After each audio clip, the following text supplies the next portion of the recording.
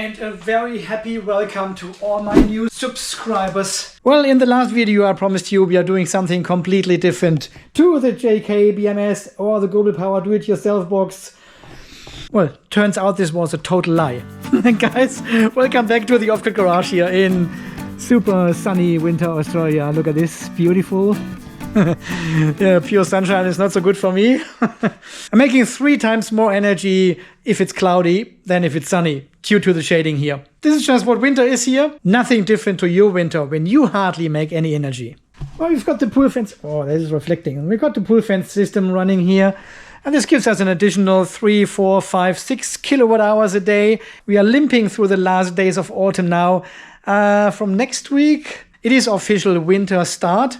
But in 4 weeks' time, actually in 1 month minus 1 day, we have solstice. Our days are getting longer, your days are getting shorter again. That's how it is. Yeah, guys, in today's video, I unfortunately have to do another... it will be a very simple video because I want to upgrade the BMS in one of these devices here. We've got the do-it-yourself box with the JK BMS, do-it-yourself box, JK BMS. This was the pre-assembled battery with a Pace BMS. See, this one has a display. They don't. There's a Pace BMS in it. And I still have the 200 amp original JK BMS. This was the version 1 we all had a look at when it came out to the market last year in November. I want to put this BMS into this box, so we've got 3 Gobelpower batteries. And then I've got 5 batteries all in total with the JK BMS. 200 amp, 100 amp, version 14, version 15, all mixed up. And then I can start my testing with these inverter BMSs finally. Let's do it. It should be very straightforward. It should be easy. We've done it in one of the JK batteries as well. Replace the 100 amp Pace BMS with the 100 amp JK Inverter BMS. It's a simple swap. All the cables fit, but you never know. Everything is possible.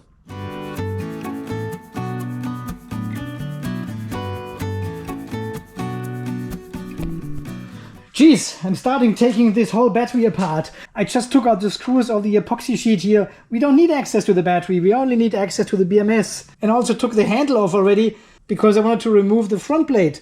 It's maybe not necessary. Maybe we can take this out as it is. Then I thought, Andy, it was actually a good move to remove the front panel or to start removing the front panel and also taking this cover off because we still have the knee active balancer installed in here, which was an upgrade a while back from Gobelpower for this battery. And I want to remove all the wiring harness because we don't need it anymore if we install the JK BMS here instead of the Pace BMS.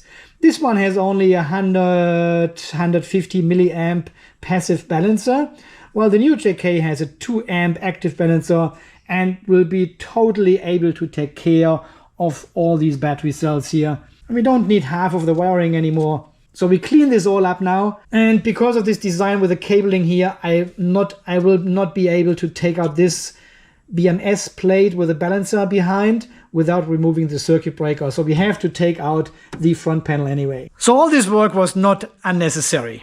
I really thought it was, but no, it's not. We need to get access to it.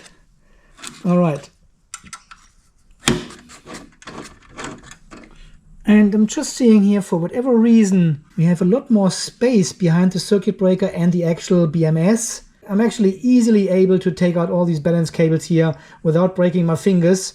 So something has changed here in size or so. I don't know. Okay, let's disconnect the BMS first from the positive. And then unplug all the balance cables, starting with number 4. Number 3. All right, we have to take off the positive as well, otherwise we can't get this mounting plate out. Negative needs to go as well, because this needs to go to the JK BMS then. Basically, we have to disconnect everything anyway. So now we should be able to take out the front panel as far as we need it. Disconnecting the communication cables. One is on the other side of the Pace BMS. Right, I remember that now. Then we have another nasty design here. We've got 1 screw for the BMS mounting plate down here and 1 is down there. And you cannot access them from the top with a long screwdriver or so because the BMS is in the way. Ooh, I got one off with the help of this special tool. Phillips bit, screwdriver bit on this, what's this called? That works. Oh, really? There's a third one. There's a third one in the middle. I didn't see it. Oh. No freaking way to get to this screw. With this construct, I finally got it out. Oh, I totally forgot about this. Yes, this was my first 3D printed part. A holder for the JK BMS where it clicks in to this panel here. Yes. It was so cool. Oh, it's not a knee, it's a Heltec.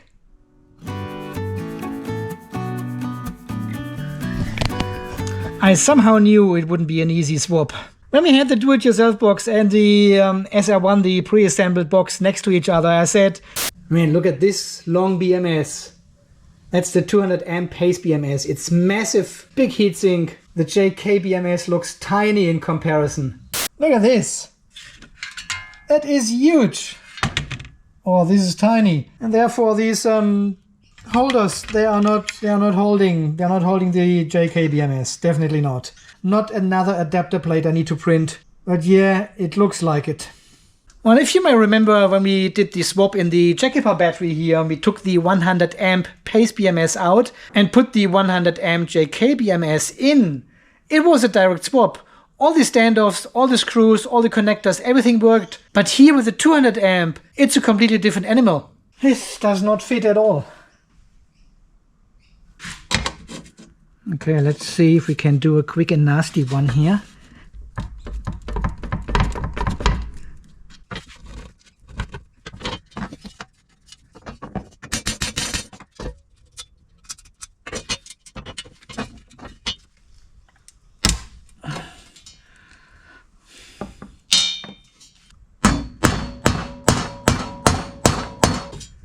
Because now, without this standoff, I can potentially fit the JK BMS. Okay, this one needs to go as well.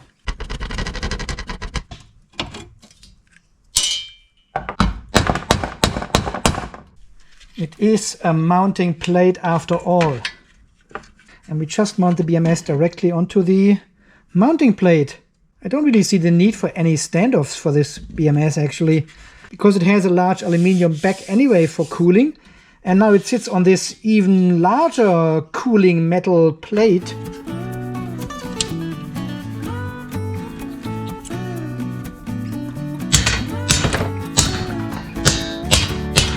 If these holes are not lining up perfectly, that's totally fine. It's a Gobelpower box after all.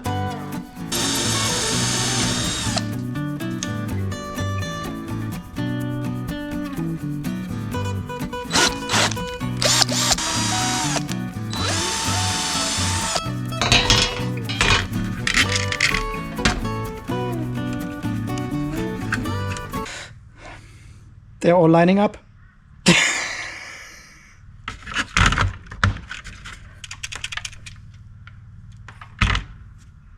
Boom, fast.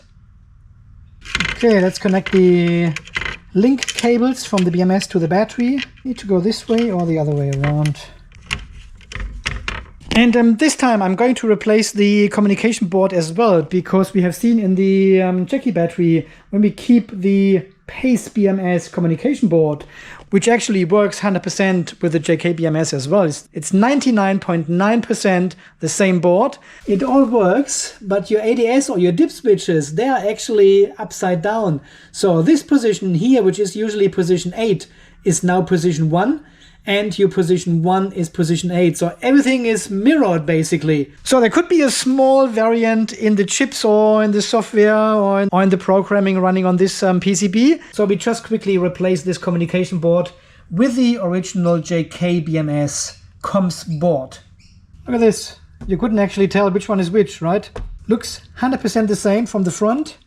The back side is a bit different, but only because the connectors are in a different position. And honestly, it doesn't even look like there is any chips, any active components on these boards.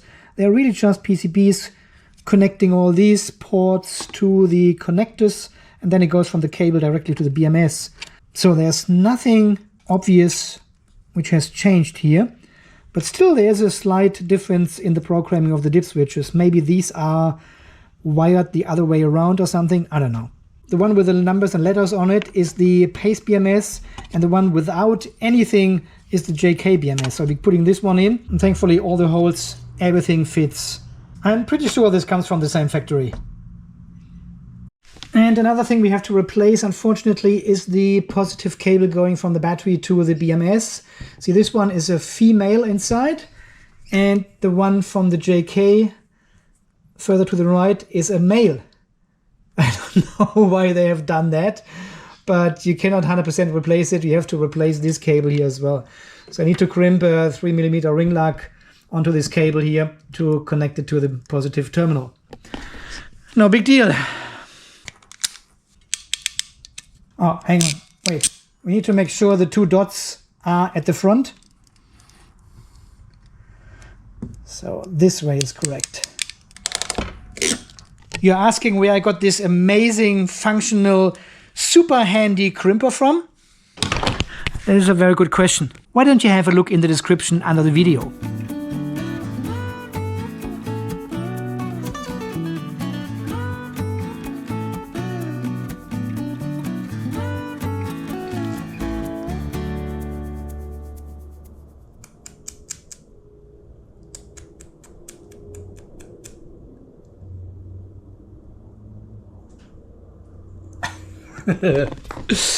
Guys, welcome back. It is now a late night show. It took the afternoon off to do something else, but now I'm back in the off-grid garage and we're finalizing this battery now. What I've just realized is, and I'm sure most of you are aware of that, with the new JK BMS, the Inverter BMS, we have these 4 JST connectors here, 1, 2, 3 and 4.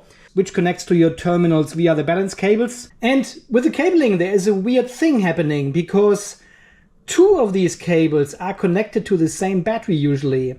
This is the last cable of your plug number, the last one of number 2, which is the brown one in this case. And the brown one goes to cell number 8. And the first one of plug number 3 goes all the way to your cell number 8 as well. But not in this case. The Pace BMS, there is no first cable. So we've got now 2 possibilities. We can either replace this plug number 3 and all the wiring harness of the battery with the original one from the JK BMS. So we have actually a first cable for this plug number 3.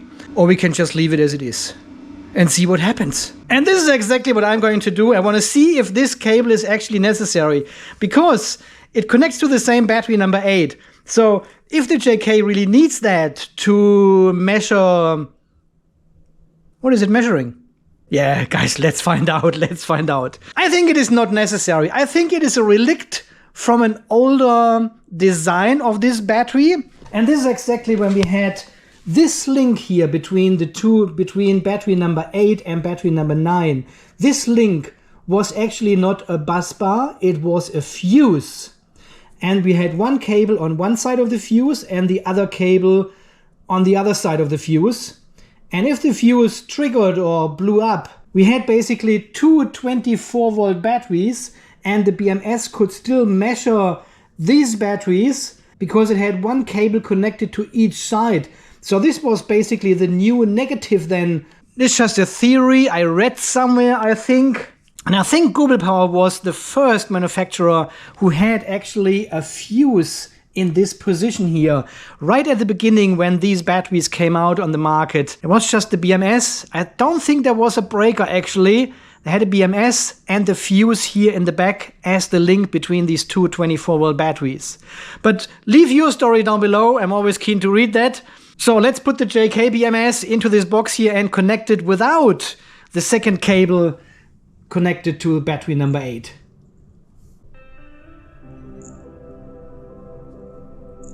Yeah, that's all the attention we get. All right. if this all would fit. This is the positive, will fit anyway, and these are the negatives going to the battery. This will be a sharp bend, does it? Is it? Yeah, probably it goes a bit on an angle like this. I'll show you later. I just want to mount this plate in here. I can't believe they made battery boxes where the bottom holes actually are lining up. And I'm just trying to be sarcastic here. There's actually a lot more space now because the BMS is further up and a lot smaller. So I can actually tighten these screws here at the bottom now and have this BMS mounting plate installed in no time. 1 and 2. I hope they are long enough. Oh yes, easy. Okay, now we have to figure out how this works. Can he go this way here? They need to go, maybe it should go down. Should they go down and then up again? And this one up a bit over there. Oh, beautiful. Beautiful. This is beautiful. Yeah, now we've got a smooth, nice shape here all the way up to the negative. I'm not bothering with connecting the main negative terminal here from the box because I just want to fire up the BMS now and see if this cable is actually needed. And now we are going to plug in number 1. So now we connect the battery positive here to the BMS. There's nothing happening, which is always good. And we can do something smart and connect this display, including a switch. So we can read the cell voltages straight away without opening the app. 3, 2, 1. It's beeping. It's firing up. Alarm. Let's go into alarm. There's no alarm. That's cell voltages. So, whereas 8, 3.217 and number 9, 3.217 as well. So obviously this cable is not really needed. Everything seems to work just fine. No alarm, nothing. It just works. Okay, that's good to know. Alright, my friends, everything is back in place as it should be. Front panel is mounted. Gobelpower has also told me that they have fixed all the issues now with the front panel. So when you get your do-it-yourself case, everything should line up perfectly.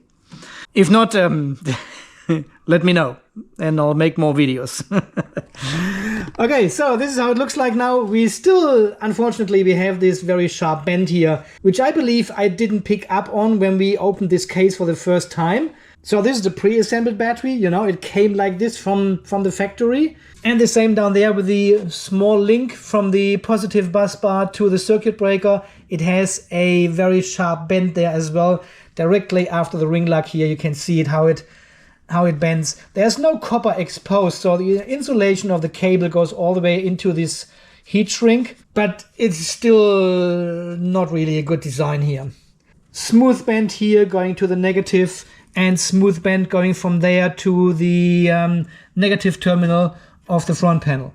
And of course I have forgotten to put in all the communication cables. So I had to really undo the front panel again to plug them in. So second time guilty. Alright, this was a pretty smooth replacement of the BMS here from the Pace to the JK Inverter BMS.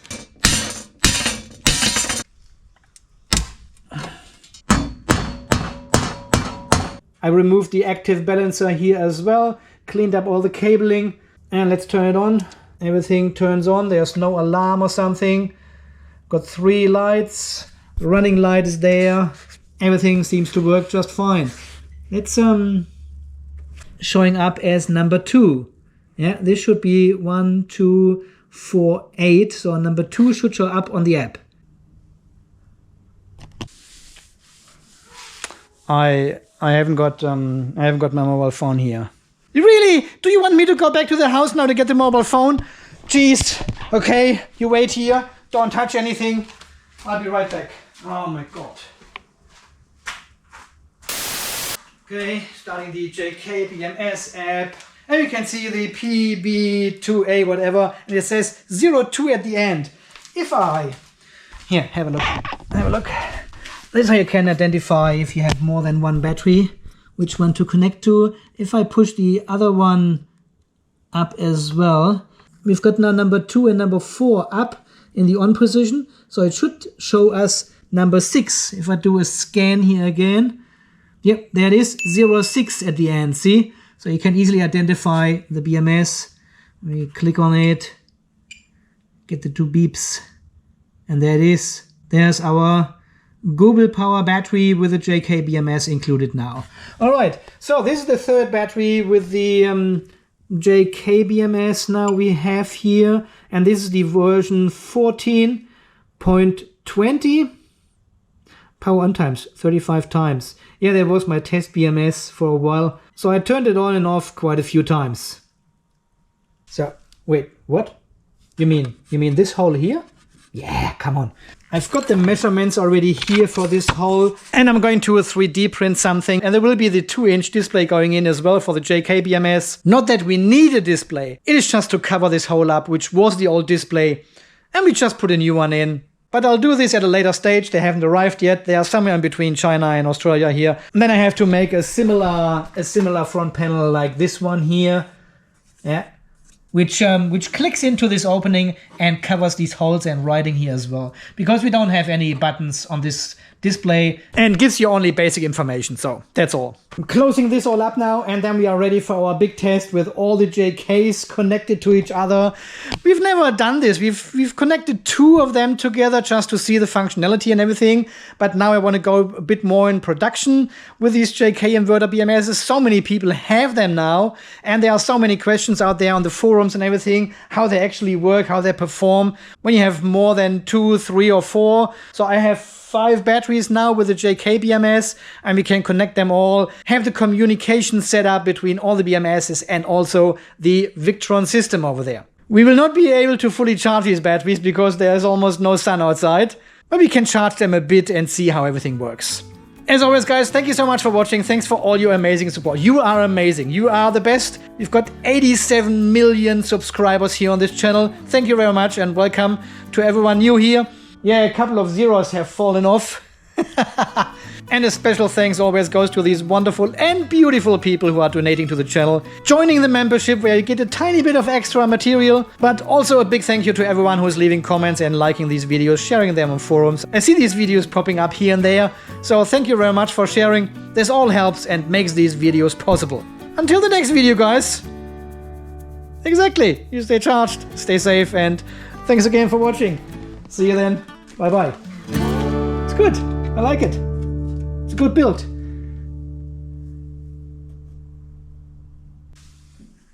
It's 120 kilos. Just make sure the brakes are on. Otherwise, it is rolling away from you, which is not good. How do I know? Guys, just before you go. We have 25 volts here on the solar system which is on top of the house, the one which is connected to the grid. 25 volts. It is pitch black night. But we have almost full moon, and it shines directly onto the house. 25 volts. I wonder how many amps we can get out of this one. Milliamps, I should say. Has anyone ever tested the full moon capability of solar panels?